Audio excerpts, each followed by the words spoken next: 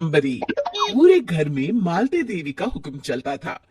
अपनी बड़ी बहू को वो टीवी के रिमोट की तरह कंट्रोल करती थी।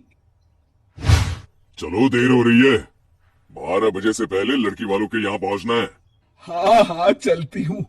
मैं तो भगवान से बस ये दुआ कर रही हूँ कि जिस तरह मेरी बड़ी बहू मेरी मुट्ठी में है, उसी तरह मेरी छोटी बहू भी मेरे इशारे पे नाचे।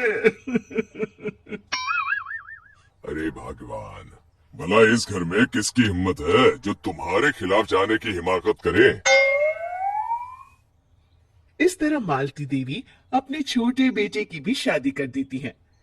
मालती की छोटी बहू फैशन डिजाइनर का कोर्स करके आई थी। उसका सपना था कि शादी के बाद वो अपना खुद का बुटीक खोले।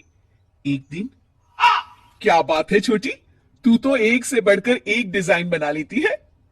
इसमें कौन सी बड़ी बात है दीदी, आप चाहे तो मैं आपको भी सिखा सकती हूँ।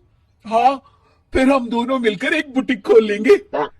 लेकिन दीदी, उसके लिए तो बहुत पैसे लगेंगे। हाँ तो क्या हुआ, पैसे माँ जी से ले लेंगे। हाँ हाँ, मेरे पास तो पैसों का पेड़ है ना, तोड़ के तुम दोनों को दे दूंगी। मेरी एक बात अच्छी तरह समझ लो, मैं तुम दोनों को एक ढेला भी नहीं देने वाली। बड़ी आई बुटीक खोलने वाली। ये आप क्या कह रही हैं माँ जी, आप हमारी मदद नहीं करेंगी तो कौन करेगा। अरे अगर बुटीक खोलने का इतना ही शौक है तो अपने माँ बाप से पैसे क्यों नहीं मांग लेती। मेरे पैसों पर क्यों आंख गड़ाए बैठी हो तुम दोनों। इस तरह अपने इरादे स्पष्ट करके मालती देवी वहां से चली जाती है।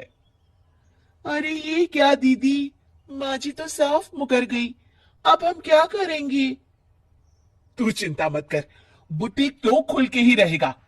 कहते हैं कि घी जब सीधी उंगली से नहीं निकलता तो उसे उंगली टेढ़ी करके निकालना चाहिए।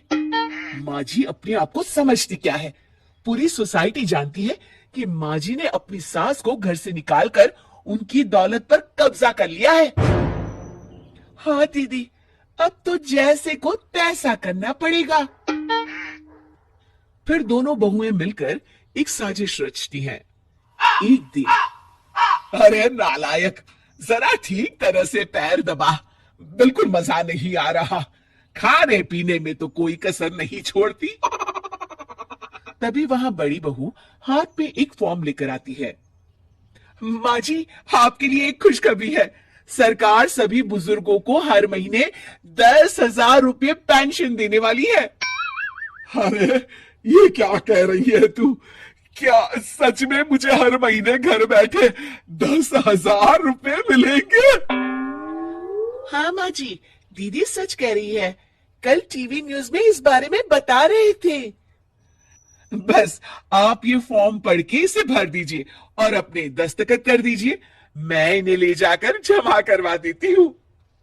अरे नालायक, बड़ी कामचोर है तू। इस बुढ़ापे में कहा तुम मुझसे फार्म भरवा रही है, खुद ही भर ले। मैं दस्तखत कर देती हूँ। ठीक है माँ जी।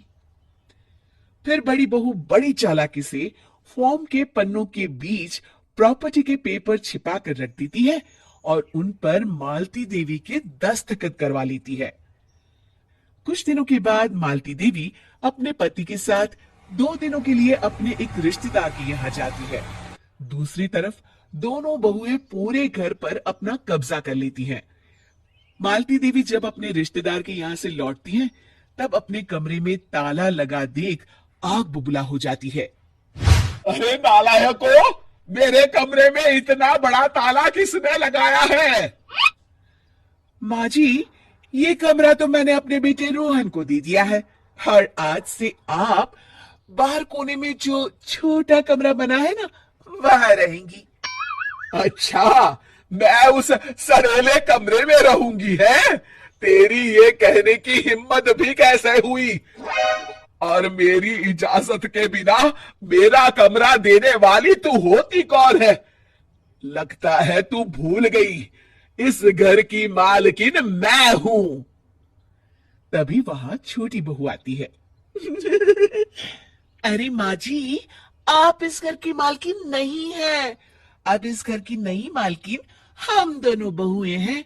ये देखिए, इन प्रॉपर्टी के पेपर पर आप ही के दस्तखत हैं। अरे भाग्यवान, ये तुमने क्या कर दिया?